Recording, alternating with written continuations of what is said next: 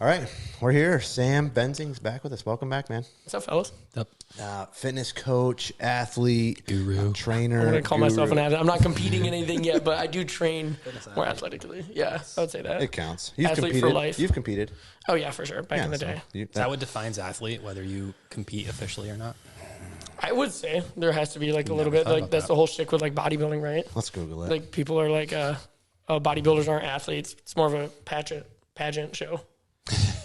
An athlete is a Anything person that's who judged is in a sport. proficient in sports and other forms of physical exercise. So it doesn't even say I anything guess, about like, competition. Yeah, there you go. Delete the sport. Competing with yourself. There you go. Oh, for Yeah. sure.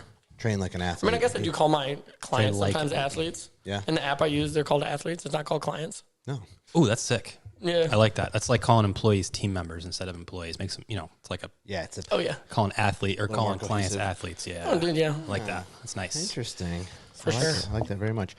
Right before we got on, we were talking about, first of all, starting the episode before it's recorded and then missing all the good content. Yeah. But no, have you seen, we're talking about phones, scrolling, wasting time, what you do on your lunch break. Yeah.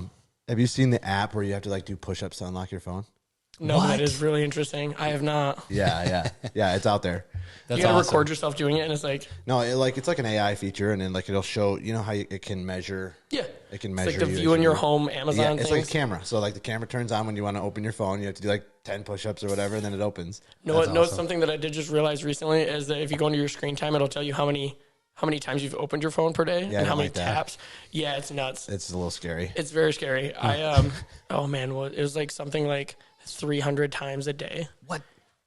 Yeah, my phone's over there, and it's early morning. Yeah, if you go into your screen time and you go under like the more, How much time do you spend awake? 12 hours. I would hope more than 12 hours a week. Opening your phone a week. 25 times an week, hour. yeah, okay. Which I is was thinking a day for some reason. once every 2 minutes, Yeah, roughly. it's insane. That's wild. It's insane. Oh, it's probably accurate. I my- don't want to look at it. Should we look at it? Yeah. My excuse is that I use my phone for my clients with an app with Okay. the Trainer Roic. So whenever I'm on the floor, That's I true. try to put it down so then people don't think I'm like texting or anything. Easy fix. Just make sure that your screen doesn't shut off. Oh, yeah, that's also true. Yeah, but then my battery drains so much. That's true, I yeah. train 7 clients a day, and it's just like Dude, 7 hours open, constant on screen time. Yeah, but I do think having it, what we were talking about beforehand too, is like watching something when you eat, so then you're not distracted by doom scrolling. Yeah. And you're drawing your meal out for 45 It's minutes more when it could be productive. 25 or 30. Oh, yeah, for sure. That too. It's like, shout out the podcast, right? Yeah. You that know, makes sense. watch Yeah. Easier Said. Yeah, that's right. Listen to the podcast. That is a good point because, like, if you just imagine the waste of time. So I'll listen. Like, I bet my YouTube like hourly per day is high because I usually when I'm driving, like I'll just put it off to the side and just let it play so I can hear okay. it. If there's something I want to listen to that's not like a podcast, and then like debates and stuff like that, you can't really find like podcasts for that That's true. or current events.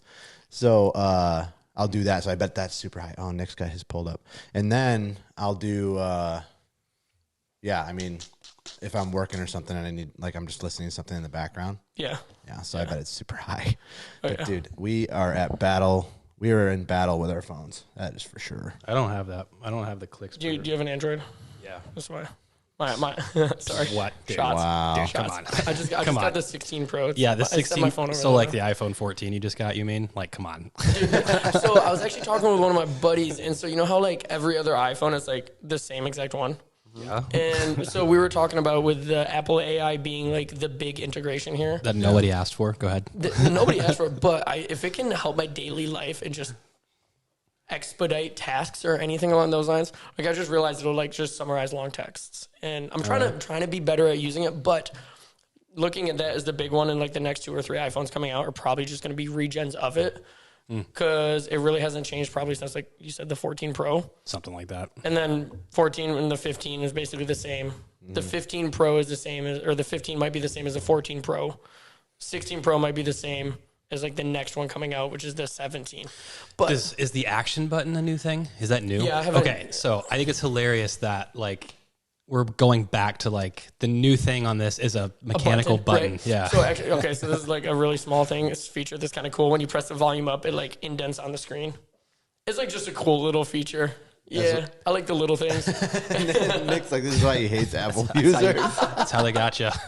No, and it's because I have a Mac and like airdropping and everything is just so much more seamless. And now when you hit Siri, like if you hit Siri, like the whole entire border That does look like cool. lights up. It does look cool. Yeah. See, Nick, that's the Mine kind of does stuff that that makes too. us spend like $2,000 on a phone. When I put my phone in the charger, the border lights up yellow. Whoa. Just yellow, that's it. Yeah, like you can Doesn't make. change colors. Well, I could make Not it. as cool as Apple. I could. Like I can go in and set it to whatever I want. It could do rainbow. It could do glitter. It could do sparkles. Could do any color. Wow. Yeah, it's customizable. Not just like based on my background feed. Like I can actually do whatever I want on my phone. Yeah. The new AI feature, like the summarizing text messages, is weird. Was that what it does? Is that usually? So like if you mostly go what it into does? into your library of messages when it shows like Sam, Nick, whatever, and if he puts a long one in there, it'll just summarize it like in a few, like in like 10 words, kind of like what it's about. So that way you don't actually have to click on it. You could probably leave people unread a lot easier. Oh yeah, for sure. And I think Really? So I go and you go like in your messages screen, you click on messages. This screen right here, it shows you a summary of the message. Summary of what the message is. So one of my Wow, clients that's just ran a pretty cool. 5K earlier today, and that it said any screen, and he sent me like a graph or something that was like a link, and it literally just said, "Kaden has sent you a graph." Huh. Yeah, That's pretty cool. a graph image or something like that. I wonder if Androids can do that. Probably not because they're inferior. My biggest thing was that my 13 was so slow, and it would Yeah. die after like 3 hours of screen time. Because they do that. And I was just like, "You got to be kidding me!" So Yeah, the batteries get really weak, and then they That is one give you thing about software updates. That that is are one rough. thing about. Are the new iPhones still like that? what do you mean?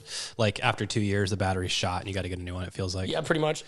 I can't tell though if mine's because I use it all the time, and I'll have like 6 different apps open. Yeah. Just because life, and time is like efficient. Like you want to be efficient with your time. So if I'm waiting with a client or something for some app to open for an extra 30 seconds, Sure. it's just awkward. That Like, is I don't one want reason. That is one reason. Actually, that's the main reason why we switched to Samsung. And we had the S23s was the first Samsung we had, and we had those phones for like 5 years, and it didn't like no battery issues. Like it got like worse, but like there was none of that iPhone stuff where like after 4 hours you had to charge so it. bad. Yeah. That was the main reason was the battery life. Like the iPhone's just like crap the bed after 2 years. Yeah. I battery-wise. think I thought where you were going to go with that was that like the interface is easier to use, which I would totally say is Apple. With Apple, oh, for sure. Yeah, everyone goes to Samsung for the customization, and I like do not care about that. Okay. Like I honestly don't have time to go in and like customize my phone. Right. So this is like It's a the little battery life. a little nostalgia trip. Do you remember when you'd get like Yeah. a new phone back in the day and you'd have to like re-download all your apps and like you'd have to re-enter in all the contacts? Dude, it's so simple now.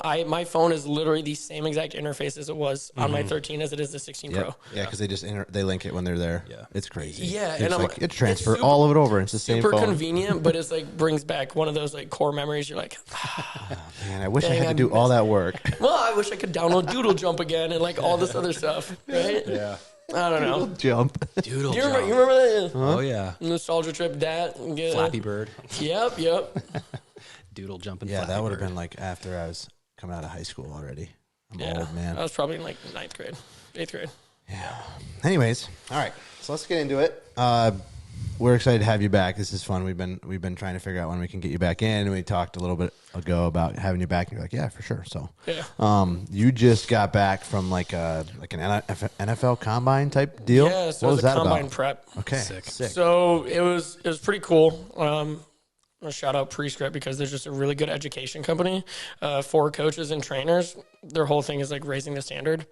But so it was called Level 3, and this was the second year they put it on. And so you have to take Level 1 first, and then Level 2 and Level 3. Level 1 is a 16-week applied biomechanics course. It basically goes over shoulder, hip, and spine.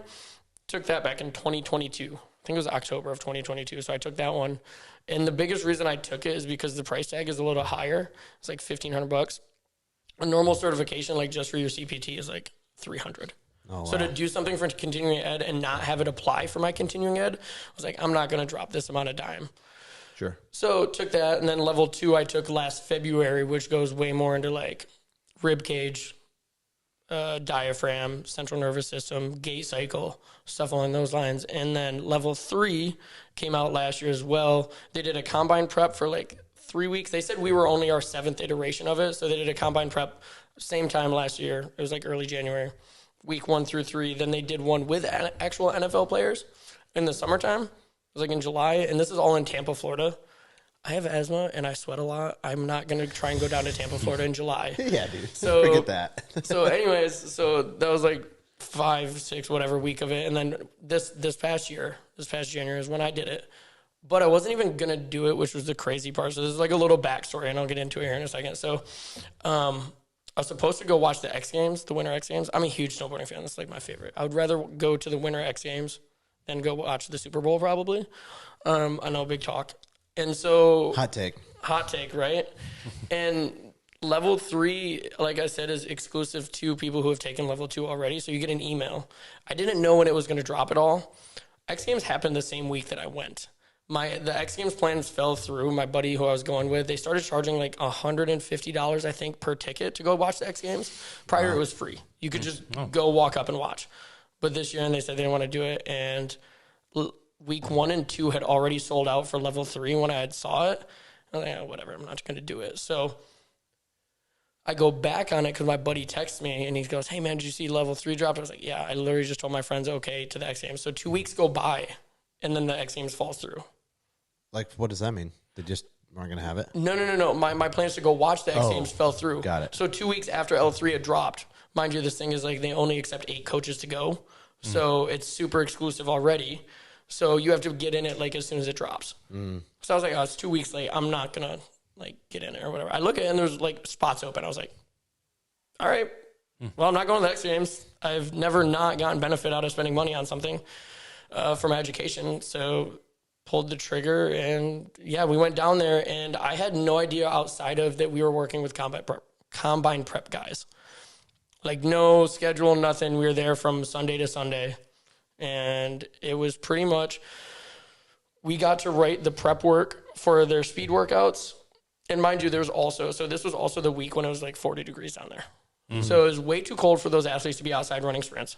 Right. So we were confined indoors to, I don't know the square footage. It was a pretty large facility. And they also had MLB guys on the other half of the turf. So we have 30 combine prep guys. In Tampa? Tampa. Yankees? No, Rays? so this is just like any MLB guys. Anybody just working out. Yeah, just working as a core group. Yep. But there were probably like 20, 30 of them on one end of the turf. We're confined to one end of the turf as well with all the combine prep guys. They have one-on-ones going on because it's a normal facility. Like it's not just a private, it is a private facility, but there's other coaches there that this isn't just meant for athletes and stuff. Like they have one-on-ones and stuff. Yeah. So we get there. We get there on Sunday, do the groceries or whatever else. And then Monday morning, we had to be there at 8:30 at the facility. Basically gave us the lowdown and was like, all right, day 1, you're just shadowing. You're an intern, basically. Mingle with the players, say what's up, kind of like get to know each other. And you were paired up with a pre-script coach. So there was us who were the level 3 pre-script coaches who were slightly above, and then you had the compound coaches, which was basically the people who were working the combine prep. Yep. So we were paired up with a pre-script coach and then a combine or a compound coach who my guy was Rick's, paired up with him, and they were just there for like the strength portion of the workout. We shadowed, we kind of wrote down the prep work, very basic, but we didn't sit down from 8:30 until 4:30 p.m. I probably drank half of one of these. We just spent at the facility running guys through warm-ups. And basically we get done with day 1 and it's vaguely a blur. And Shallow comes in, the owner, he goes, all right, so you guys killed it. Y'all want to go train? So we just go over to a different facility and we go work out, all as like a team. And it's like a team of coaches and whatnot. Yeah, it's neat. But the cool thing is that we actually sat down as a team. So we sat down as a team of the pre-script coaches and the L3 coaches, and we wrote down all of the prep work. So we would be like, okay, what are they doing for speed today? They're doing straight line speed. Okay, what do we want to do for prep? And then we'd get like 10 minutes to brainstorm each of us. We'd kind of come together and they'd be like, okay, what are we doing for our A series? Generally, A series would be like some mobility stuff, some foot things, like basically working from the ground up. And then we would go up to basically just moving it into more dynamic. So it'd be like foot stuff, very base level work. Then we do some static dynamic, and then really dynamic work as we moved them through it. And then we'd go deliver it. That was pretty much what we did on a daily basis. But we'd get there at like 8:30. We'd deliver prep work at like 9:30 for the defensive guys, which the combine is also currently going on right now. We deliver it to the defensive guys. work with them. They'd go over, do their speed work on the other side of the turf. Mind you, they weren't allowed to go outside because it was so freaking cold out. Yeah, so we were doing this in such confined space. It was like this. Mm-hmm. And we're like sharing foam rollers, and we have like all these massive D1 athletes on the ground, and we're trying to like go with other coaches, like not trying to step on toes, not trying to run into each other. They would go do their speed work. We would get offensive guys come over. We would run the same prep work through with them. And then they would go do their speed work. We'd have maybe 20-minute break for lunch. Then we come back out after we wrote the prep work for the workout for the actual strength portion. We'd help deliver the strength portion with our compound coach. And then we would basically just do that Monday through Saturday. Wednesday was an easy day because they didn't have any speed. They just had a lift. Vice versa. Wednesday, they didn't have any lift. They just had speed work. And then on Saturday, we had a 6 a.m. lift, and it was just upper body day. Mm-hmm. And then we were done at like 8:30. That's crazy, dude. So this is like a thing they brought you in to like, it sounds like to train you on how to do these programs while also like doing the programs. Kind of. Okay. So the way Shallow put it is that there's no test at level 3. So level 1 and level 2 both have exams at the end of it. Like level 1 was like a 30 question or 50 question test. Level 2 was like a 30. He goes, this is the actual test from level 1 and 2. Like, can you put basically it's, can you put theory into practice? Mm-hmm. Can you think on a dime? This isn't working for this guy. These guys are here because all they want to do is be better, and they're trying to get a spot in the NFL. They're trying to get a spot in there. So how fast can you think? How fast can you manipulate? How can you take him from A to B as fast as possible? Now, obviously, we don't want to be jerking him around for an extra 10 minutes because that's wasted time from the lift. How can we make a very quick decision? Mm-hmm. That's virtually what it is. And you're doing this in front of world-level coaches who are training NFL, MLB guys on a daily basis. Mm-hmm. And so the energy and the stress is just super high because of the caliber of athlete you're working with, but also the caliber of coaches that are kind of watching you, and you don't want to make any mistakes. Would these be like the school's like strength and conditioning coaches? No, these were like private. Okay. Oh, wow. Like Shallow after that went to Cali to go train a tennis player. Mm. And then that's basically the kind of human that's watching us. There's a guy out in someplace in Canada who owns his old private center and trains a lot of NBA guys as well. Wow. So what just kind of help me understand this here. Yeah. Why wouldn't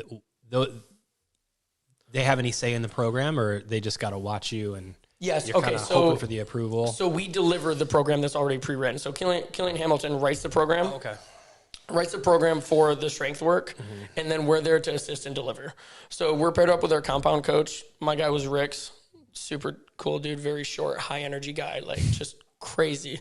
So for the prep, I'll back it up a little bit. For the prep work, we wrote as a team. So they had no prep work pre-written for speed. So basically what they do before to get them prepped to go do a speed workout with Yo. We write that as a team in like literal, it was just a warehouse. There was like 2 tables the size of this and a probably 100-yard by 100-yard warehouse. Mm-hmm. Then after that, we go take it to Killian. Killian's like, yes, like it, swap this, swap that. Mm-hmm. We then make sure that we as a team are all on the same page, which is huge because if I say one thing and you say another thing, the athlete's going to be like, all right, get your shit together. Mm-hmm. What am I doing? What do you want me to do? This is their life. Literally, there's millions of dollars on the line for these guys. Mm-hmm. Yep.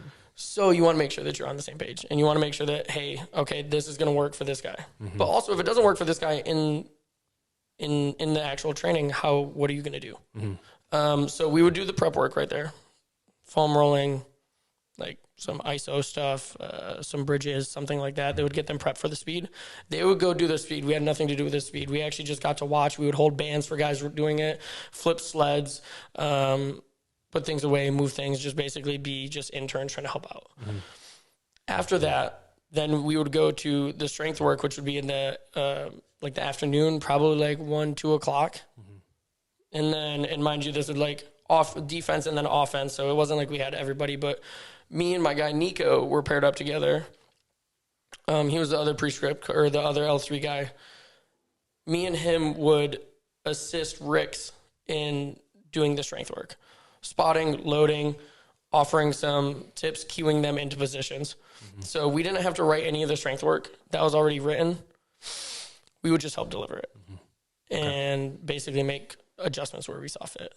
So for context, this is okay. So we're talking about like prospective NFL players who are going to the combine, preparing for the combine, which is a litmus test for their draft worthiness in Correct. the NFL. Yeah. And or even some of these guys didn't have a spot in the combine yet. Like the East-West Bowl and the Senior Bowl was going on at the end of the week. So we had guys who were there for only Monday, Tuesday, and then they would leave to go get ready for the bowl game. Okay. So which then would hopefully allow them to get a draft or get a combine spot. So what are the stakes? What are the stakes for these guys at the combine prep? What's the purpose of them being there? To get them ready to hopefully get them a better 40 time, get them a better vertical jump height. So they're kind of learning. Broad jump. Is it just a workout for them to keep their conditioning, or they're like learning technique? They're learning techniques and stuff. So that's the big thing, is that we're not trying to change anything. Okay. We're just trying to optimize whatever they already are doing. Okay. So, for example, this combine prep was only 8 weeks. I was there for 1 week of it. Mm-hmm. You're not going to do too much with a guy in 8 weeks. Like, you're not going to reteach him how to squat. Mm-hmm. We're just going to get him to squat better in what he's already doing, and or not even that, because they're actually training just to produce power on the field. Mm-hmm. So we're just going to find exercises that they can express force and express power that is going to be best suited for them. So, did you say it was an 8 week, that the total prep was an 8 week prep? And a lot of these guys are spending the whole 8 weeks there? No. Okay. Only a handful of them are spending the whole 8 weeks because they still had bowl games to go to. They also had other things to do. So there's some guys who are entering at week 3. We got some Ohio State guys mid week 3. So that means they only had 4, 5, 6, 7, and week 8. They only had 5 weeks to prep. Yeah. So still enough time to make a difference. Yeah. To make an actual, Correct. Get a benefit out of it. And a lot of it might be, hey, push your knee this way. Hey, try this versus that. Yep. We're gonna move you over here. Okay. Like, for example, one of the guys was having some adductor issues and doing a rear foot elevated split squat. So this was also day 1 where I was just kind of interning and just kind of watching. So my pre-script guy, Jorge, shout out Jorge, wicked good dude, wicked smart guy. Had some good conversation with him. We brought him back and we did a front foot elevated med ball front loaded split squat instead of the rear foot elevated. So it's going to shift his center of mass back.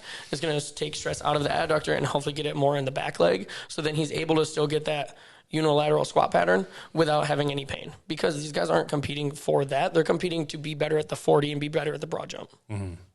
That makes sense? Yeah. Mm-hmm. Yeah. And that's pretty much like how you train anybody. It's like whatever timeline you have. So for example, currently I just started working with some baseball guys 4 weeks ago. Well, they start baseball March 15th. So that gives me 6 weeks to get them stronger, better, faster. Mm-hmm. I'm not going to pick a ton of exercises that are going to take a lot of skill because they don't have the amount of time to learn it. Right. And honestly, a lot of the exercises that we did there, it was very like just express power and then maintain function of a shoulder joint or something along those lines. Like, another crazy thing was you weren't seeing guys lift these massive amount of weight. Like, probably like we did a lot of Kaiser work for like lower body. Do you guys know what Kaiser machines are? So it's all compressed air based, and it's all like, it's all just compressed air. It's all like pistons basically. So it's all measured via PSI and watts like that. So I've seen those. Yeah, so it's picture like a hack squat, but you're facing forward in it, and they'll do a lot of like down, hold for 3 seconds, explode up for 1, hold for 3 seconds, explode for 1. So you're just literally in that power stance where you'd be in basically like a sprint or something, or you're just on the line. A lot of explosive movement. Boom, boom, boom. Because that's what they need. That's what they need. Exactly. They don't need to. They need 3 seconds of quick energy. Yeah, you don't need to be teaching them how to run marathons. No, exactly. And a lot of the guys, I mean, like if you just look at their like O-line, you're not going to care what their 40 is. You're going to care what their 10-meter split is, or their 10-yard split is. Because no O-line should be running 40 yards. Right. Like, you're pushing into the other guy. You're just blocking. Yeah. Wow, that's pretty cool. Did you see any like, they work hard, these guys, like in general, dude, or are they a bunch of divas? No, man, dude, they're just freaks. Yeah. So I was having a conversation with one of the guys, and he goes, and I was just asking, I was like, so what are you trying to get out most of here? Like, what are you looking for? He goes, I'm just trying to get better. Yeah. I was like, cool. Dang. These are kids, really. And it's wild because these guys are like 21, 22 years old. Mm-hmm. And these guys are just having that like thought process when I was 21. Yeah, right. This guy that I worked with, Big T, he's like, he's got to be over 300 pounds. He's like 6'4". I was like, you're 23 years old. This is wild. Insane. That's huge. Yeah. Huge. Yeah. So to answer your question, no, they're just there to work. Yeah. Like anything you say, they take, so they've never really had a ton of one-on-one experience unless they've had a private coach their entire life. So you think they probably had a high school strength and conditioning coach who worked with 30, 50 guys. Then you go to college and you had maybe 2-3 assistants per one head strength and conditioning coach in the football room, 40 to 50 guys, depending on if it's offense, defense, or whole team. So they don't get a ton of, hey, you and I, we're working right now. So they take criticism extremely well. And basically, they're really coachable. It's easy to work with. Because they're grateful for the one-on-one attention, mostly. Yeah, for sure. But then you also have guys' egos who are in there and stuff. And it's like, I worked with this one dude. He's super extra. I'm not an extra kind of person. Tried giving him some cues, and he just dropped the dumbbells and went over to the next one. I was like, all right. And then he started working with my other guy like 2 days later. Mind you, at the end of the week, it was basically like, all right, guys, we'd have guys who are spending more time on the tables because they like doing table work, like chiro, massage therapy, PT, whatever. My other buddy, Leo, who I actually roomed with, he's very extra. He's very loud. And this said athlete was working with my group, but Leo got paired up with him. Dude, they meshed like nothing. Like I was like, one of the other coaches, she goes, who's your guys? I was like, right there. I was like, they hit it off though. I'm not gonna touch it. Me and him just didn't mesh. That's totally fine. But yeah, me and some other guys, yeah, for sure. That's cool. Man, yeah. There's like an X factor, right? Like, so like if you're drafting somebody, don't you want to know that information? Like, this guy does not take criticism well. He's pretty high on his horse. Have you ever seen Draft Day, the movie with Kevin Costner? Have you seen that one? I've seen clips. He's like a GM of football of an NFL team, and there's this guy, Bo Cunningham, something's like supposed to be the number one guy. Yeah. And then do a bunch of back work on him, and it turns out like none of his teammates came to like his birthday party or something, and they're like trying to delve into what that was all about, and it turns out that he was arrogant and cocky and whatever, and then didn't take him, and it matters. That matters. I watched the other day, guy who's made it in the NFL now. They released footage of one of his draft interviews. He was spending time in a playroom with the coaches, running through plays and film and stuff, and they were like giving him a hard time, like. And he like glanced at the clock once, and the coach was like, "You looking at the clock a lot? You got somewhere to go?" It's like the stupidest question. Like, no, it's the biggest moment of his life. Of course, he's got nowhere to go. Like, they just give him a hard time for no reason and kind of put him through the ringer. And another thing, kind of to like counter what you had mentioned, is that you don't really want that. It also comes down to the coach. Like myself, I probably could have handled the situation a little better. Maybe I could have been a little bit more upfront, a little bit more blunt. So how do you like, on a dime, switch my personality to match the person in front of me? So maybe this guy needs a little bit more tough love, and this guy needs more of just like, yeah, dude, just keep going, like rip it a little bit harder. But this other guy, maybe he responds to way more technical advice. That I'm like, hey, let's try pushing your knee this way, put a little bit more big toe into it. Let's move that. And so, you wouldn't know that unless you have the relationship already. Exactly. And so that's where it was like, okay, we only had a week with the guys. You try and do as much as you can with that 1 week. And we were also week 3. So they already had 16 other prescript coaches possibly go through and do the same exact thing. Yeah, I'm thinking more bigger picture, like GM, scout. For sure. Like, you're investing millions of dollars in this person. They better be the most well-rounded person that you have. Yeah, exactly. The best athlete, but a terrible person. That doesn't work. Yeah, you don't want that. The inverse doesn't work either. One of my actual current athletes' dad goes, so I don't care if you're going to be a professional athlete. I want you to be a professional adult. I'm like, that makes sense. Yeah. You see any guys there that you were like, they're never going to make it? No. Every single one of them, 1,000% put in 100% effort every single, and that was the coolest part, because it's like, no matter what it was doing, it's like, you good? Yeah, I'm good. Even if they weren't, and they probably shouldn't have been doing something, or whatever. I mean, obviously the coach would call them out, but yeah, it was just, and watching the speed work was really sick, because and this was like the double-edged sword of it being so cold that we couldn't go outside, but we got to witness all their speed work and their actual like skills work inside. So you're seeing these QBs and these wide receivers run these routes and just hit it on a dime. Oh, like they were like running plays and stuff. Yeah, no, this is like a full camp. Like I'm trying field house. Dude, day one we started at 8:30. These guys were at the facility until 4:30 p.m. Dang. They're not. These aren't different. Like there's just 2 cohorts of them, but they're just constantly there. They're getting food. There's PTs. There's chiros. There's massage therapists there. There's us strength coaches. They probably had like sports therapists there too. Yeah. Like, Yeah. Okay, so I'm kind of getting the picture. It's like a full full service. combine Full on prep. Yeah. yeah, they're there for 8 weeks. Yeah. Were there some like high profile players there, or Yeah, is there's it guys who are already in the draft. okay? There's a few guys there that didn't even need to go to the combine, basically. Yeah. Okay. But would do it just to get a higher draft spot. Yeah, it's a different mentality. Yeah. Hard work doesn't. Does stop. it look better too? I'm sure. What? Like, after your bowl games, then you're just like hanging out till Oh the yeah, draft. no, Like, you're not doing I'm, that. I'm 8 You're- weeks. You're working. Yeah. And like, you also got to remember that these guys are also, like we said earlier, they're just kids still, basically, but like men who have a ton on the line. These two guys that I was working with, the two bigs, bro, they're chirping each other left and right the entire time. I'm trying not to laugh because he'll say something to me, but like, and like chirping the other guy, I'm like, Yep. yeah, haha. Trying not to, like, obviously, yeah. So you jump in and stuff. but- Professional balance. Yeah, Yeah. yeah, for sure. Definitely. Yeah. Was that your first experience at that level of training? Oh, for sure. Yeah. Was it like, what was it like? Were you nervous, or did you get used to it quickly? So or I think I was nervous. I was definitely nervous at first when I had first clicked the Apple Pay button without like looking at the screen, and I was like, a lot of money. I'm gonna do this, and yeah. But then like you got to remind yourself, and if you're a coach in my shoes as well, that you do this stuff on a daily basis. These guys aren't different at all outside of the caliber and the amount of money that's online. They're not any different from you and I if I was to coach you.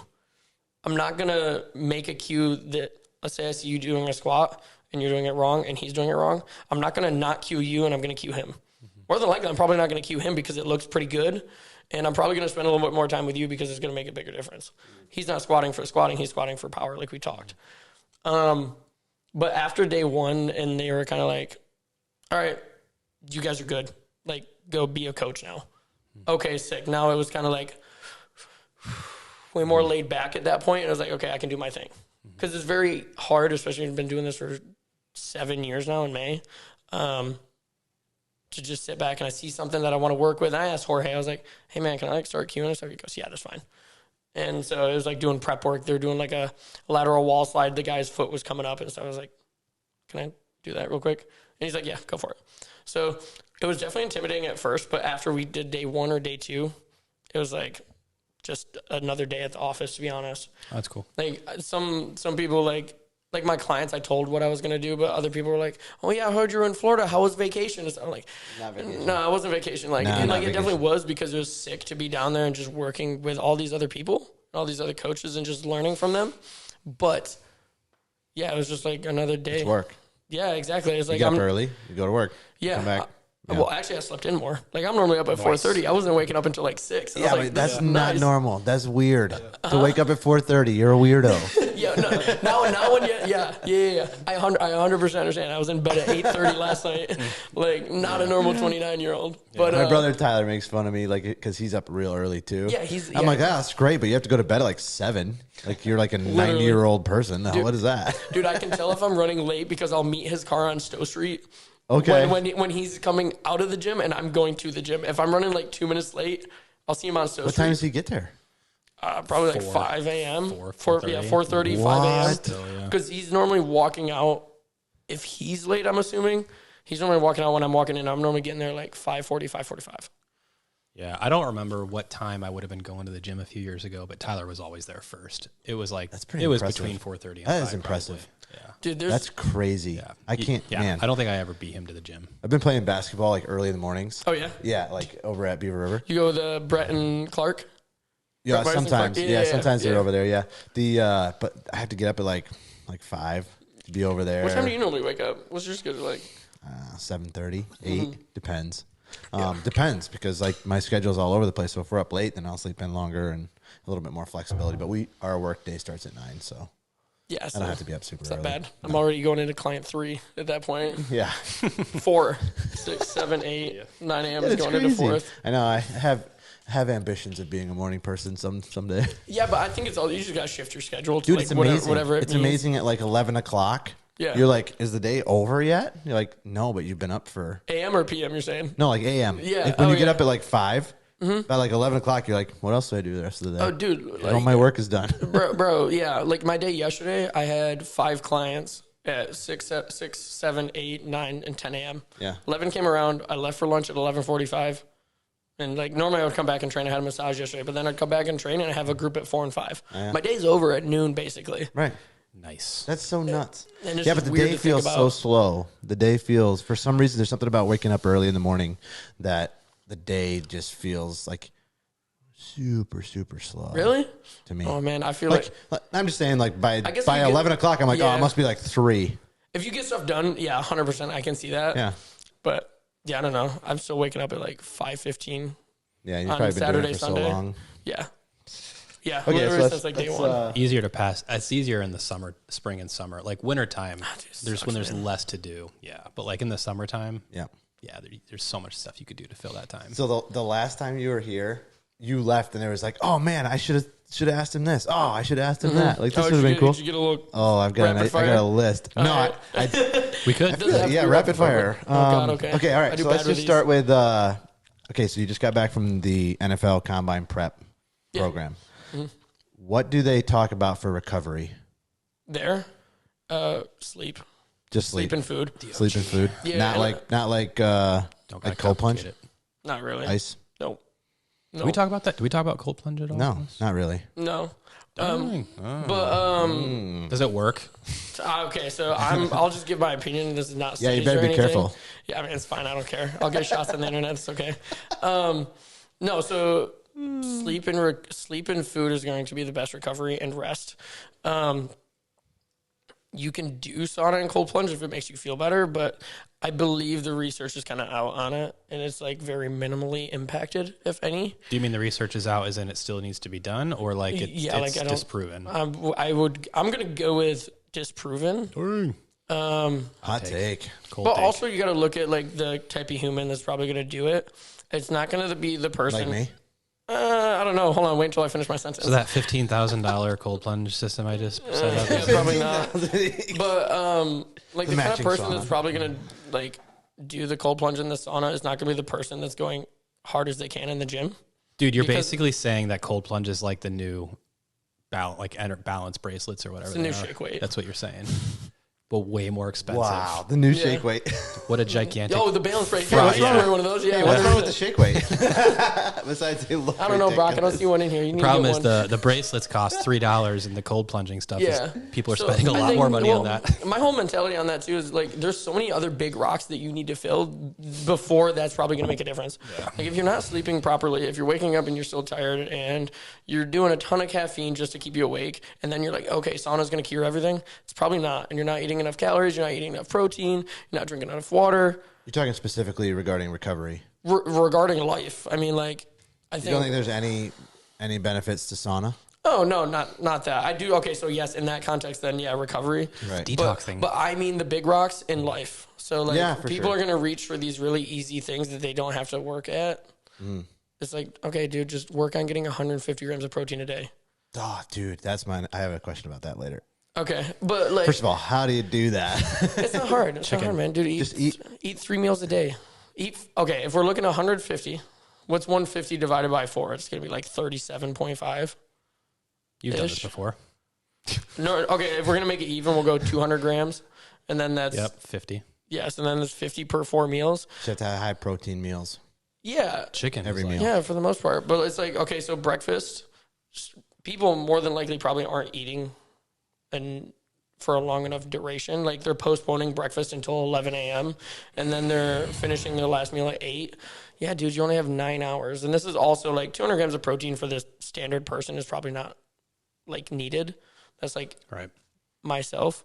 And like maybe how is your training going, dude? Like Your he's business. training. You don't ask me how much I weigh. You're the interviewer. I'm more like You 100 answer the questions. 175. What is it? A gram of protein per pound? So like Ish, like, 160, yeah, dude. Okay. 175. So back to how you get this. He's So, lying. so if you eat breakfast, and you get like 40 grams, yogurt, eggs. egg whites, eggs, cottage cheese on toast, like there's a ton of different ones, beef jerky, whatever you want, have steak. Like steak and eggs is a thing. Then you have a mid-morning snack where you have like maybe a protein shake or whatever, and then you have lunch that you have a chicken salad or I don't know what normal people have for lunch. Rice. Chicken and rice. Rice yeah. and- Chicken and rice, leftover food like roasted potatoes and Yeah. chicken or like beef, whatever, fish. Ground beef. Good. And then you have cheap. like an afternoon snack that could be like a protein bar or like Quest chips or something that's like a fortified protein. Mind you, this is for the person who's just working an office job or something. And then you have a workout, then you have your post-workout, and then you have dinner. Okay, there's like 4 or 5 like feedings. Yeah. But the hard part is when you break it down like that, it's not hard to get your protein. No, but it makes it easier to get your protein in. Exactly, but when you have 2 meals somebody a day. over here, yeah, exactly. 2 meals a day plus a piece of cake at night, like it's harder to get your protein in. In their eyes, oh yeah, I had my protein today is like a half a chicken breast on a salad. You had 1/4 of your protein for the day. Yeah. That's it. Can I sidebar for a second? I have a question. So is it true that like the omega, the fat, what is it in chicken, omega-6 is high in omega-6? Is that true? Sure. Is that true? Do you know? I have no idea. Fish is high in omega-3. I'm like nutrition, I can handle big rocks and stuff, but like once we get in the nitty gritty, I have friends that I lean on. Yeah. So I've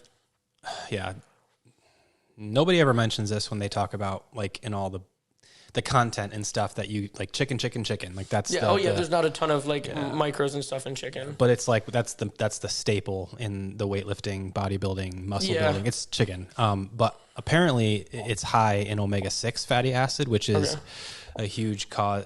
Apparently it's a big contributor towards inflammation.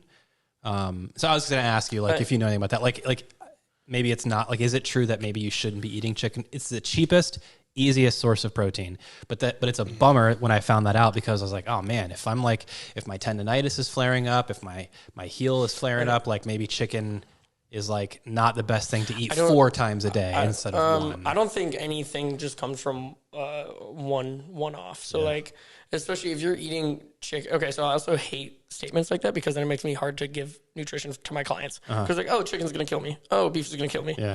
All this stuff. But back to your question, I think when it comes down to inflammation like that, it could be more of a movement mechanic thing.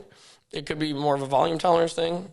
Mm-hmm. It could be, hey man, what are you doing on a daily basis? Are you just constantly using your elbows? Like what are you doing? Mm-hmm. I think I use my elbows a normal amount. A normal amount? That's the depressing. And you have a ton of elbow? If I were to do How much arms do you train? I had to stop. Like I stopped for a long time because I was told the best thing is rest, and it didn't seem to work. How much rotation do you have in your shoulders? How much external rotation do you have in your shoulders? How much extension? I don't know. You'd have to tell me. Okay, so this is where it comes down to. Maybe not good. So when we talk about that, is if we're not getting rotation at a certain joint, we're probably going to get it further down. Oh yeah, for sure, 100%. Yeah, okay. So if I can't externally rotate my shoulder, I'm probably going to try and get it in my elbow. But if you're always doing things like with an overhand grip, this is all just not externally rotated. This is all internal. So now I'm going to have to go, okay, maybe if I do some things like this, it takes stress off my elbow, but I can still train it through it. Yeah.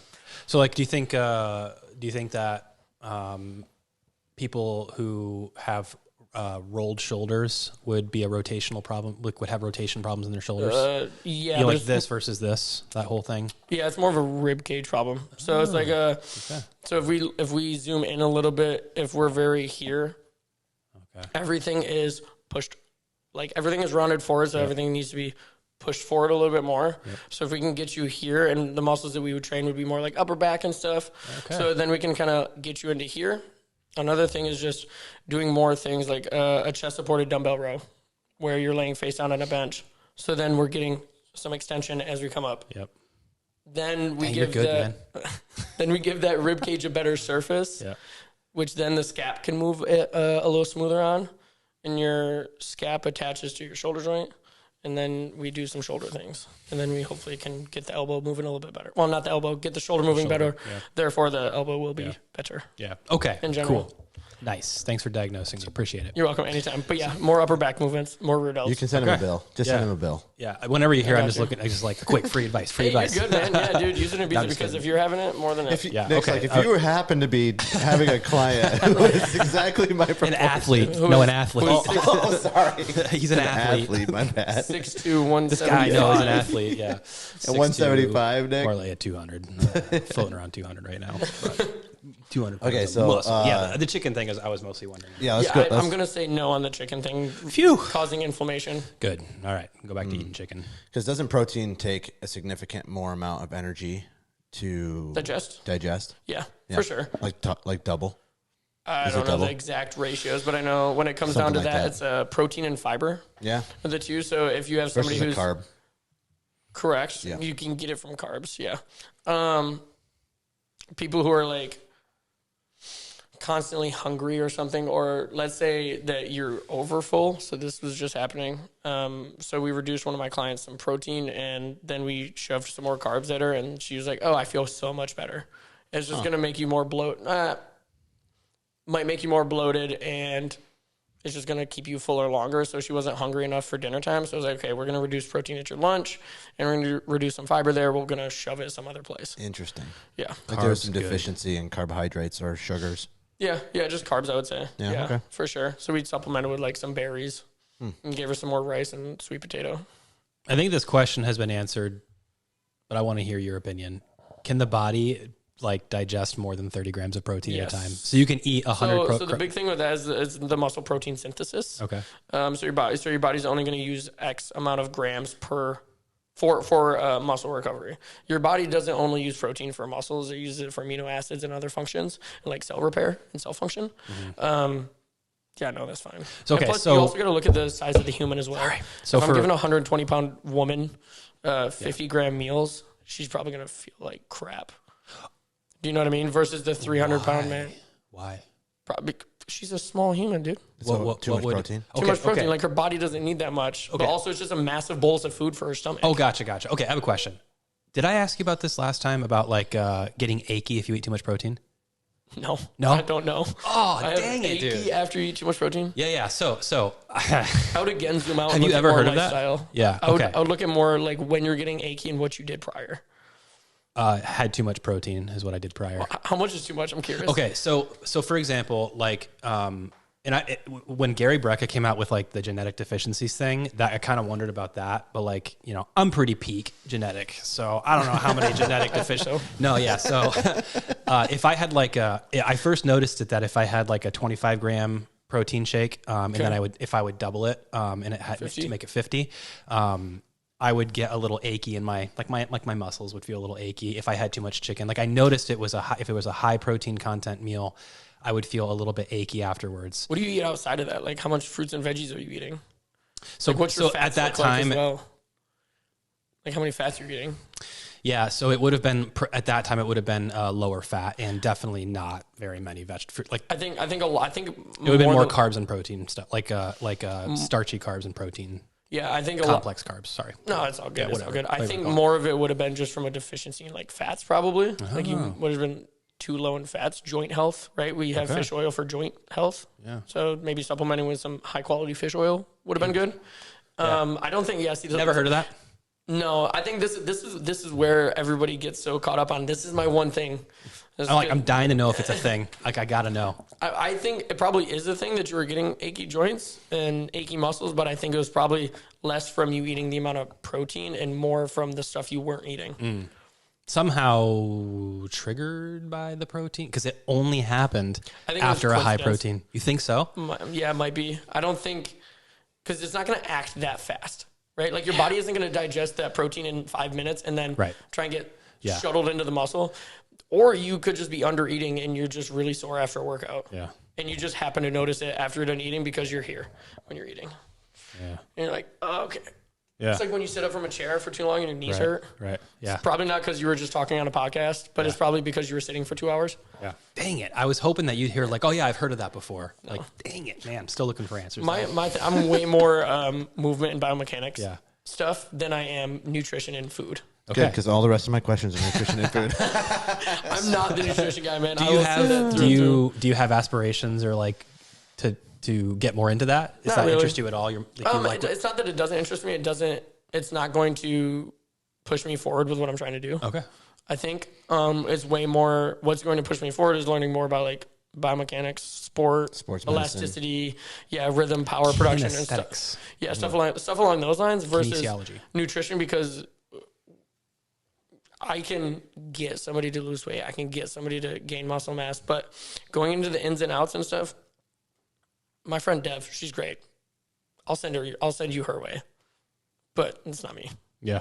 Cool. All right, hit him with the nutrition. It's almost like this guy sucks at nutrition. Let's go. Let's talk about food then. No, yeah. All right. Anyway, maybe I'll be able to answer because it seems like a lot of this stuff is more, hey, maybe you're not No, that's the okay. stuff you're not looking That's okay. at. We can go back to recovery and cold plunging and saunas. Okay, so I do cold plunge. Okay. 48 degrees. All right. Every morning, 3 minutes. Week. And I feel like you have to do it more than 3. no, you don't. Maybe Okay. I'm an expert on this. You're not. So you can just sit I bought the cold plunge tub. Oh my god, that's funny. No, I don't know, man. So it's less than, I think it's less than 52 degrees for a total of 12 minutes per week to feel a measurable difference. What's the measurable difference you're supposed to feel? Immune health, mental clarity, besides the other stuff like the resiliency factor. There's a huge dopamine spike, which is why a lot of people do that. Yeah, for sure. Same cold showers, same difference. But mostly for me, as I'm getting a little bit older, 33 and a half, my recovery is harder. So like if I'm working hard out at the gym here or playing basketball or whatever, the next morning if I'm in the tub, I don't get sore like anymore. Yeah. So that's awesome. No, hell yeah, dude. I think that I think it's probably anecdotal to some degree. And I have a lot of those pillars or boulders you were talking about before that have to be in line. Yeah. That maybe I wouldn't even need that. Like I could I get my rest in order, get my nutrition better and stuff like that. No, but cold plunging is like the fad. And I'm not a fad guy. Like I don't try the new diets. I don't try the new shake weights. No, but I do think it does play a role if it is something along those lines where, hey, I don't have the time. I am a very big person on control what you can control. If you can't control your sleep as well as maybe you should, but you find benefit from doing the cold plunge for 3 minutes versus going to bed an hour or 30 minutes sooner, 100%, dude. And especially if you feel better doing it, go do it. Or even if at whatever stage of life you're at, if you don't have the opportunity to get 8 hours of sleep for or 10 sure. but when you have kids, you pretty much don't. Oh yeah, 100%. So like it's a good trade-off. Yeah. It's a good trade-off. And the other part is like I feel like my immune system's way better. Like my family, my girls have gotten sick in the last 2 years since I've been doing it, a year and a half. They've probably gotten sick. I mean, kids get sick all the time. Probably 20 times. Yeah, man. And I barely had a little bit of the last stomach bug I went through. Yeah, no, and I think that does come from exposing yourself to those extremes. Yeah. It's the same thing with weight training, right? If you're going to expose yourself to an extreme, you're going to be way more resilient outside of that in that same context. Yep. Yeah, man. No, it'd be like Dr. Huberman and Dr. You must hate that guy. Huberman, no, I love Huberman. I like him a lot. Oh, he loves cold plunging. That's all good. What? I'm a very... That's okay. He can be wrong. No, this is just from what I've noticed and what I've learned and stuff. Like, well, I think if you're using it as like a hack to like, this is going to make my life so much better, maybe the bigger pillars have to come first. I totally those agree with people that. don't stick to the cold plunging for very long. They're going to try it for 3 weeks and then get sick of it. Yeah. It's amazing because like even if I don't do it first thing in the morning and I go do a couple other things, then come back and like feeling a little sluggish, I'll get in there and I come out and I'm like all of a sudden I'm like cleaning the house. Dude, right. No, you get that huge dopamine hit. Yeah, it feels great. It's 2.5x they think, and it's long lasting. It's not just like an hour. It's like 6-8 hours. My only thing with that is that it seemed in my brain it would seem to be a very transient effect because it's not like you're creating an adaptation inside you. Yeah, you're getting in this thing for 3 minutes, but I guess you're doing it 3 minutes every day, so it's like maybe it's a 12-hour effect. And then goes away, and then you do it again. That's 12-hour effect.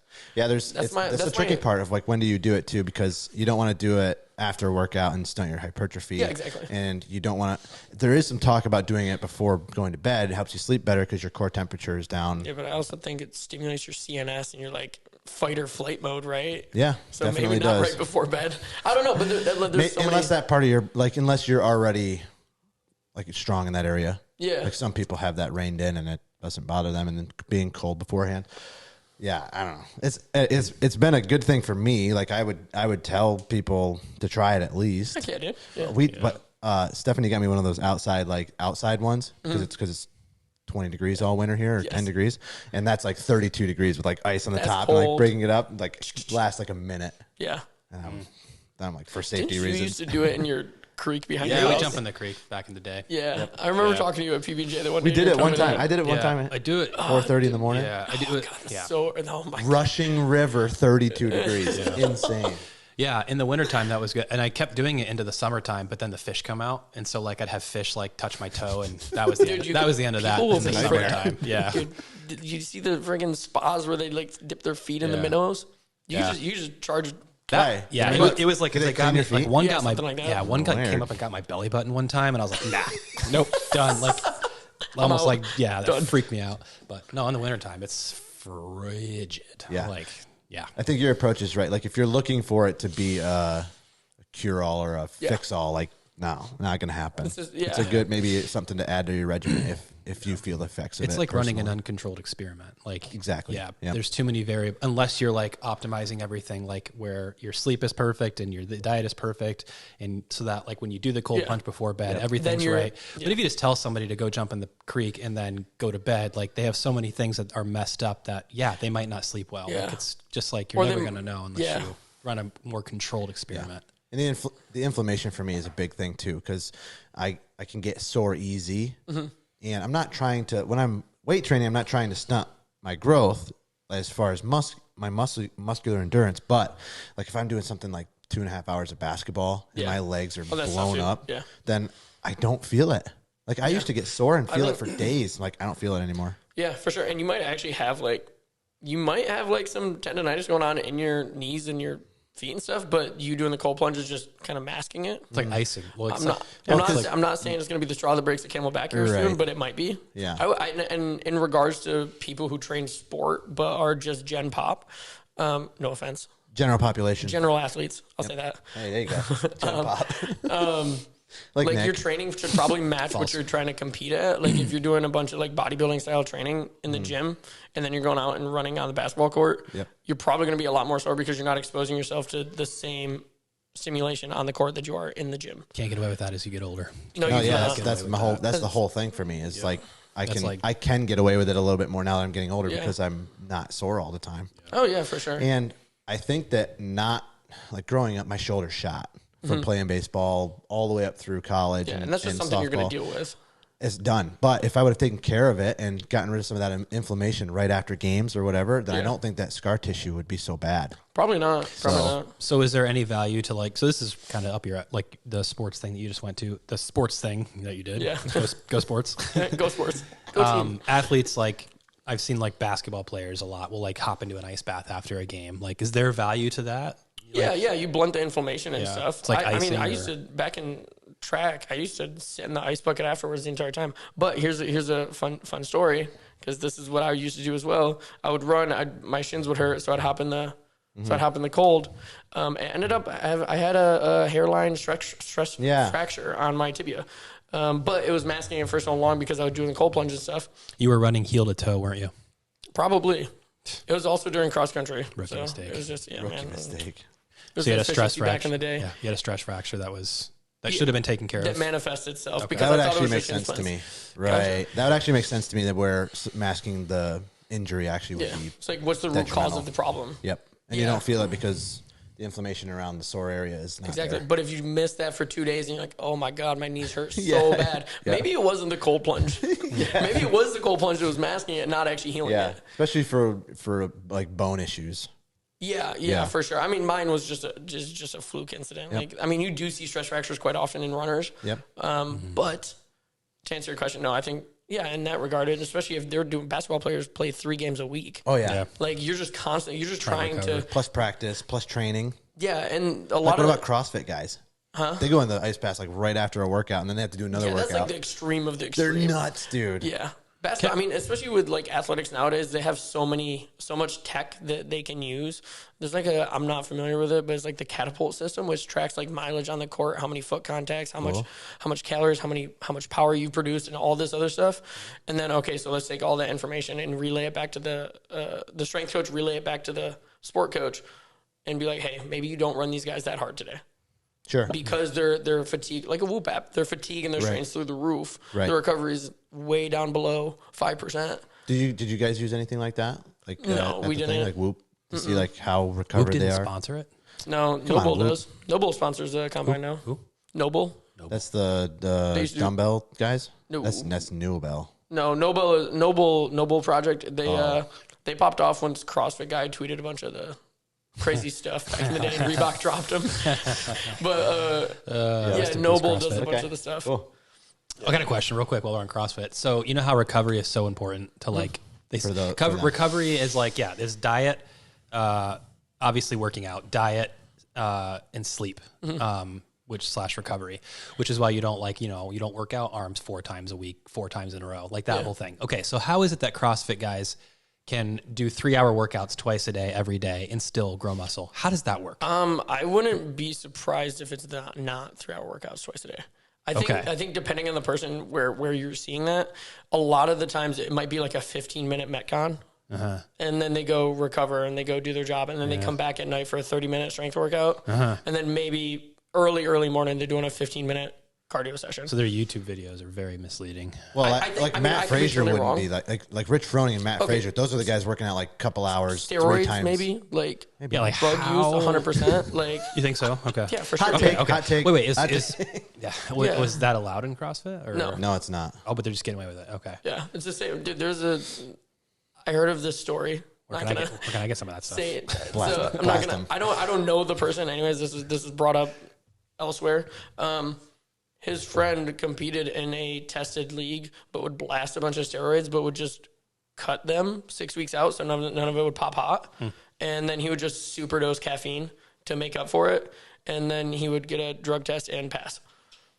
So yeah, dude, there's so many ways you can. Seems get like a it. miserable way to live that 6 weeks, because he's trying to maintain his conditioning, and you cannot do that when you're not on the steroids anymore. Yeah, man, I think, but also there's blasting depending caffeine. on the person, and especially if they're competing at high level CrossFit, they probably have a nutritionist. They probably see a massage therapist weekly, bi-weekly. They probably see a chiro. Like they have a team of individuals behind them who assist and help and do whatever they need. Yeah, more than likely. But I think for the CrossFit person, like just you and I, probably doing way too much and probably shouldn't be doing that. Yeah, it's amazing to me how these guys are not all of them are in their early 20s, late 20s. Some of them are in their 30s, and it's amazing the volume of working out that they do, and they don't get injured. Yeah, I mean that's wild to me. I think don't get injured is they probably have a bunch of nagging injuries, like how they very push small through ones. it. Then how they push through it blows my mind. Just different breed mentality and stuff. It's like, dude. Yeah, it's crazy. You throw your back out, Like you can't squat if you throw your back out. There's no pushing through that. If you're, I don't know, man. Think so? Lane Norton back in the day, blew his disc out and then went up and pulled a 50-pound PR with no back. With a bunch of cortisol shots or no, just dude, this raw was dog it? Yeah, raw dog, dude. That's a different breed of human. That's wild. Anyway, I was just wondering how those guys grow muscle with very little recovery, it seems like. Just different mentality. Yeah. I don't even stay hard. Or it's just that's all they do. Great mentality and steroids. But that might be all they do too. They might have a 9-to-5 job, but anything they don't have a social life. All they do is they have somebody who preps their food. Yeah. Matt Frazier on his. That's what he said. That's why he was out. Yeah, dude, he had a professional cook. Yeah. You have, I think, actually not professional. I think it was his wife who's just cooking all of his meals. Yeah, good cook. Yeah, that's the guy that you do the controlled experiment on because he has everything lined up perfect. Dude, and they're also eating 6,000 calories a day. You have to. Yeah, for the recovery. How many grams of protein do you think they're eating? Probably 350. Oh, 300 or so. Oh, mama, that's nothing. Maybe that's crazy. That's nothing. I bet they're eating 800 to 1,000 grams of carbs a day. Yeah, it's all yak. All the random forms of protein. Dude, just eat chicken and beef. It's no, it's got to be bison. Yeah, I eat nothing but bison. but maybe at that level, that is where a lot of those micronutrient changes in the cold plunge and the sauna all make sense. Yeah. Or whatever level I'm at, same thing. So, all right, exactly, man. Yeah. Can you put the argument to the rest? I hate these questions. Is The Rock a lifetime natty or not? Probably not. No, did we talk about this? Did you see him in I don't know. Did you see him in Pain and Gain? Yeah, bro. Yeah. No shot that he goes up that big. Yeah, I don't know. No, for sure. I think. What is interesting is that. What does Greg Doucette say? Yeah.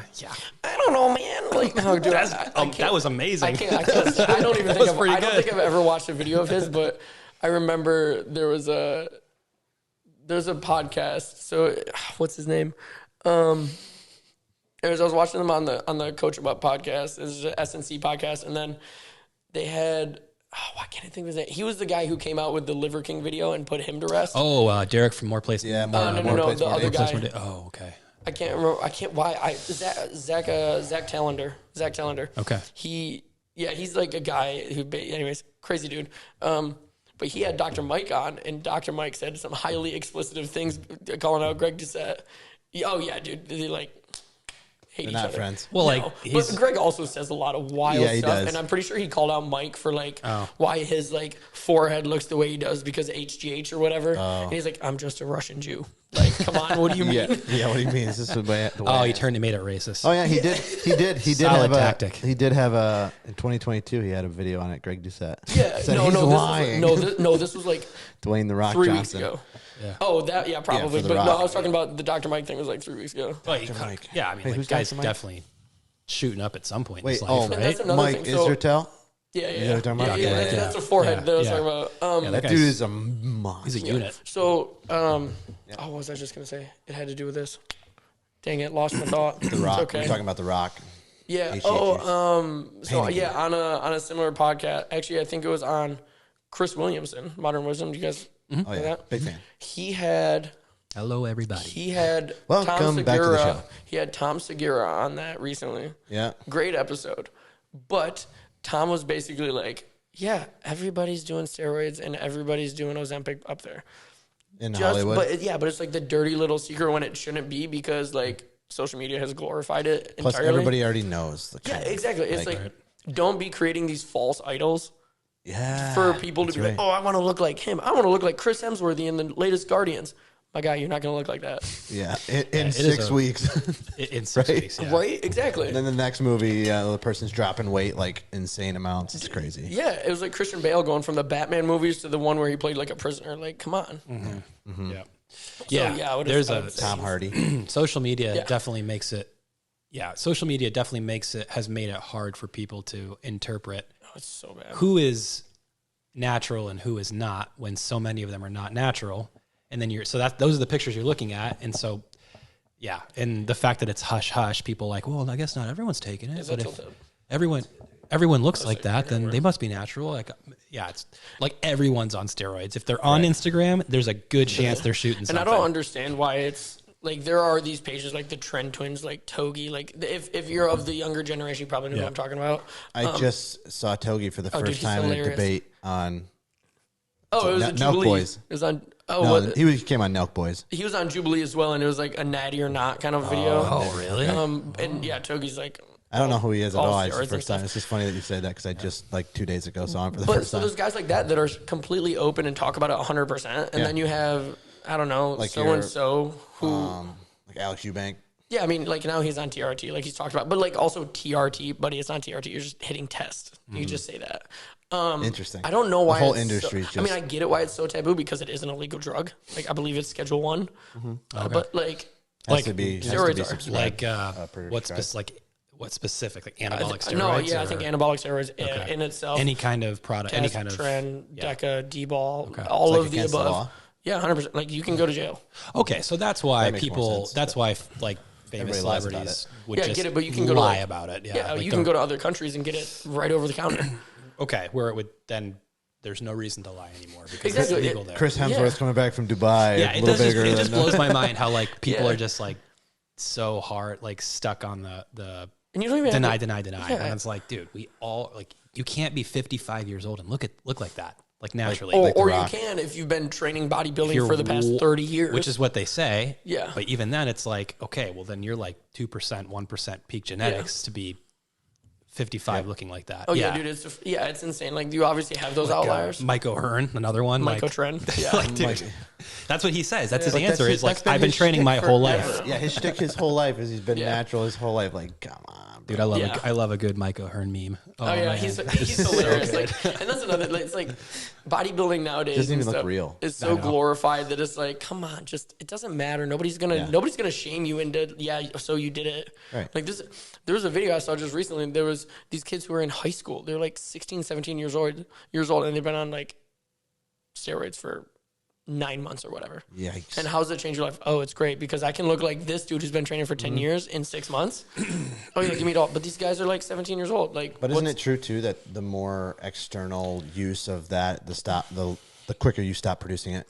Oh yeah, for sure. Like you can shut down your Anabolic- natural T anabolically, yeah. system, and there's also like That's not good. Like you also have to take enough testosterone to shut down your natural system to then, like, let's say you're okay. This is not medical advice. This is not anything like that. But you have to take enough to shut down your natural T to then get the benefit of the stuff you are injecting. Okay. So if you're only doing like 150, you're probably reducing your normal testing. You're probably doing yourself a disservice. Because you're not getting the And same these kids amount. don't know any of this. Yeah. Dude, you ever heard of the book? Random book, Gym Candy by chance? No. Yeah, when I was a kid, I read a book called Gym Candy, and it was about a high school football kid who had a lot of potential. And the story was basically he decided to get into taking steroids so that he could make sure it go, yeah. And then it derailed his whole life and ruined everything. And I read It sounds like Dare for Gym Rats. Yeah, it was a good. Yes, Right? that's kind of why I never did that. Yeah. No, I think Who knows what I could have been, but yeah. you did say peak human performance right over there. It was a great book. Yeah, I was like, I read it. It was like in my middle school library. I was like, what That's is a this weird doing book here? to be there. Dude. Yeah, go to a school library I know, sometime. You want like- to see some weird books. Yeah, back in the day, find some sketchy books at the middle school library. Okay, so let's pivot All right. to sauna then. Okay. What about it? Thoughts? Cool. It makes you sweat. I think you get the same benefit from working a hard workout. Really? Why would Like, you what do you not? mean? You mean just Yeah, Brock. like you're not going to be burning the same calories? That's not what you mean. You mean I like think you your probably heart burn rate more in a gets up? workout. Burn more in a workout than Yes, a sauna. yes. Yeah. of Oh, course. okay. Okay, making sure we're on the no, same yeah, page. same Yeah. page. No, I thought you said you get the same benefit as working out. Yes. Why not? Because you're raising your body temperature. You raise your and body sweating. temperature, you sweat. Plus your brain you calories. stimulate Detox. a stress. You induce stress upon your system. Heat shock proteins. Huh? Heat shock proteins. I don't know about that. But Such a nerd about this. okay. But anyways, I think in a recovery standpoint, maybe, but I'm honestly not too versed on either of them. Oh, that's funny because you came in here and said that they were both crap. Hey man, from what I know, I do think you should probably spend your money Snake elsewhere. oil. Agreed. Yeah. Snake oil. Agreed. Like, dude, if you're gonna put a $2,000 sauna in your place, but you're not hitting like Yeah, Brock. your actual macros, You know what's out in Brock's garage right now? $2,000 sauna and cold run. You want to try it? Yeah, sure. But I don't have a $2,000 but no, cold plunge. I do think so. I try and hop in the sauna once or twice a week, not for the recovery purposes, for the fact that I can be without my phone for 20 minutes and it feels good to sweat. Oh, okay. Yeah, Is I just there- put a trash bag Is it on. good to around detox a that? mile. Like, is there a detoxing benefit? Do you sweat when you work out? Yeah. I'd say probably not any more than that. No, but like if you're gonna do that and your workout. I don't think there's any double. No, I just happen to do it at the end of my workout because that's the only time I have time. Yeah. But no, I don't think. I think if it was a red light sauna, something like that, and you get the infrared rays from the sun right via sauna, I think that's probably a higher benefit. With Which is what you have at your gym. correct. That's what I Yeah. have. That was my next question: is if the red light therapy stuff that's infrared, right? Yeah, Red light therapy Yeah. is infrared. but If there's again, like I'm benefit to not. It's not my forte. I don't. So what is it? Is there more than like collagen production that red light therapy helps with? over my head, dude. Okay, me too. I'm not Yeah, sure. me too. Collagen Who can we talk to? production. There's people like selling masks that you wear at night now. Oh, right yeah, I've now seen that those. like Have you seen the who's the guy that spends like $1 million on himself every Oh, year? I know. Brian Johnson. Brian Johnson. Something like Sounds that. right. Yeah, he's like Yeah, he like drinks his son's blood or something. He's weird. yeah, What? he's He like No, for yeah, real. like, he Thing? gets like blood infusions from his son or something like that. something crazy. Yeah, No, that's Let's like see. the weird. What? Brian Johnson. I Is think? that like Yes. the reverse aging or Yes, whatever? yeah, I've that's him. seen it. I haven't looked into it at all. Works out for an hour, 7 days a week, eats completely optimally, and is a vampire. He's the most studied human being ever. That's insane. He's like a Sounds like a Ben bazillionaire. Greenfield. Yeah, he's like a It's billionaire. a little weird. Do you guys know Ben Greenfield? Venture That sounds capitalist. familiar. He's a celebrity trainer, but also I remember I was watching one of his IG lives and his son was holding the camera when he was self IVing himself with vitamins. Oh my gosh. I was just laughing. But he also like would promote coffee enemas and stuff. What's wrong with that? that's- I do that too. No, I don't. I'm just joking. Hey man, I do whatever you I'm want. totally Like joking. I said, I think there's bigger rocks before you. Yes, totally. So what if you V-Shred. get the What do you- bigger how do you rocks? feel Then, about then it's V-Shred? okay. I haven't even looked into him in years, dude. He's just Okay. annoying. All right, let's jump into we've got like 15 more minutes or so, and then Nick's got to bounce. Yeah. Okay, so let's get. Is like vitamins and supplements a little bit more in your wheelhouse? I mean, I think depends, dude. I think it's all big rocks, man. I think what supplements are we talking about? I think creatine. Everybody should be like taking creatine. zinc, Magnesium. calcium, magnesium. In regards to what are you trying to do? So I think that's the real goal at hand, right? It's like you have to know why you're going to take it. If you're not In order- getting that from your diet, which nobody is, Yeah, for sure, dude. Yeah, take it. yeah. Yeah, 100%. And do you have to buy the expensive ones? again, it just depends. I think if you're already eating a very versed diet, you probably don't need to spend a ton of extra money on this stuff. Mm-hmm. Right. But if you're not, maybe spend the extra time and get something a little bit higher quality. Okay. I know like absorption rates, it can be different kinds of zinc, magnesium, and stuff can play a factor.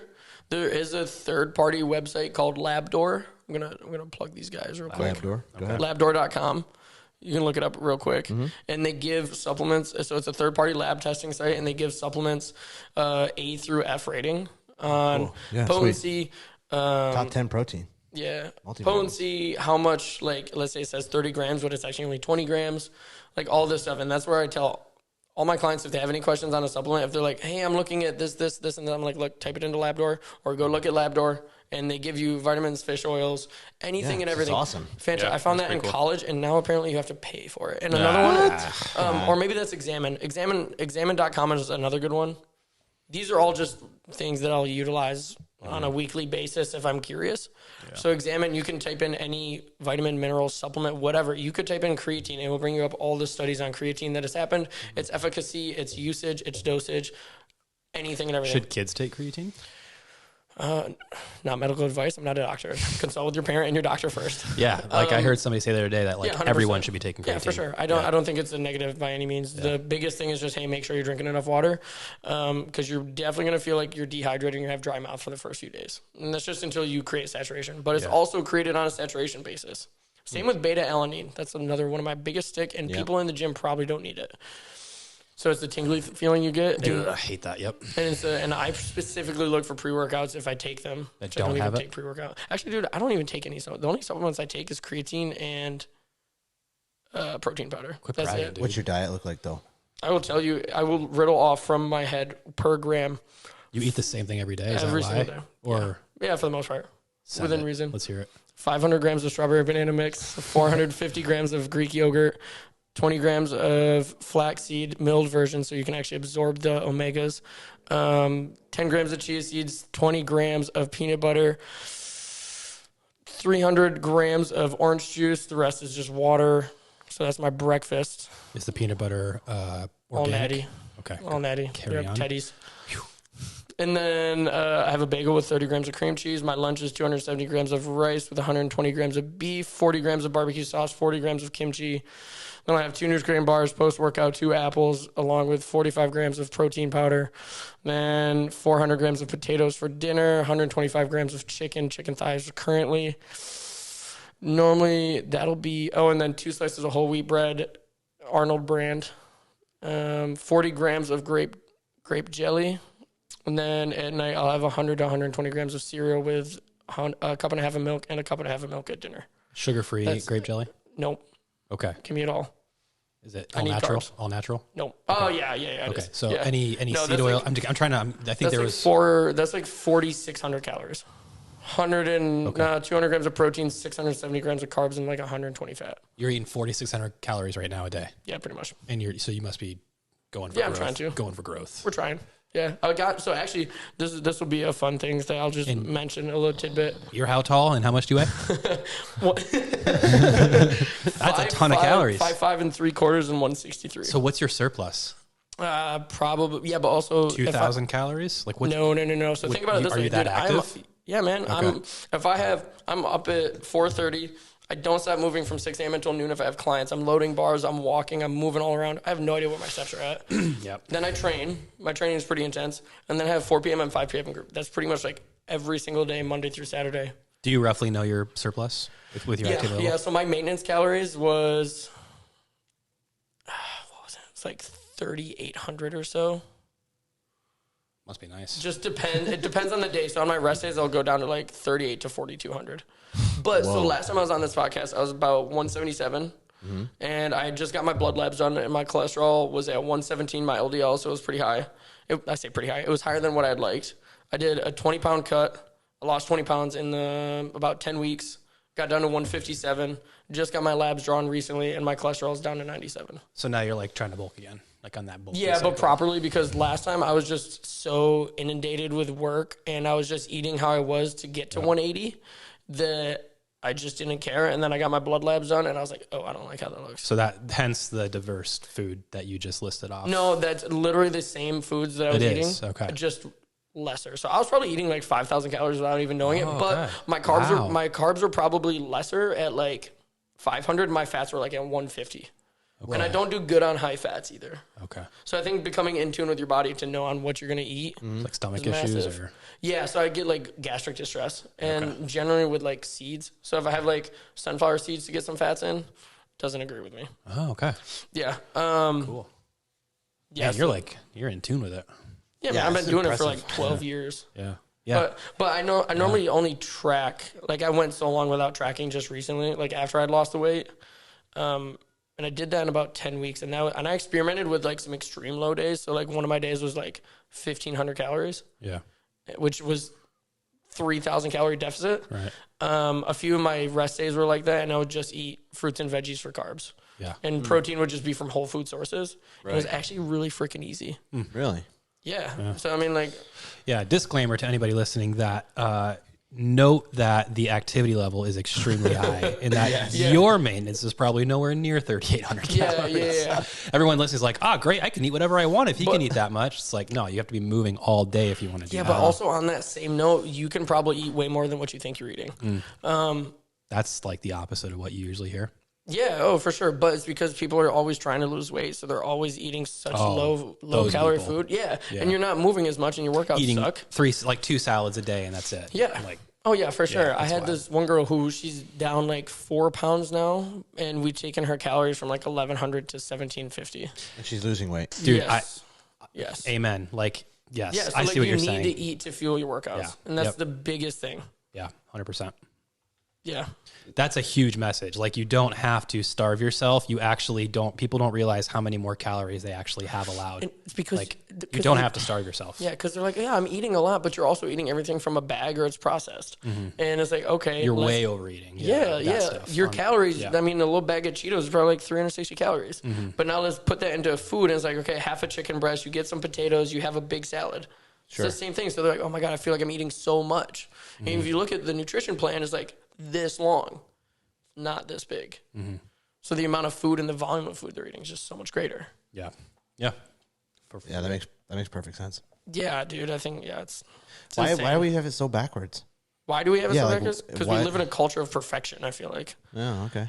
I think that's just like off the riff. I think if we focus way more on performance and we focus way less on aesthetics.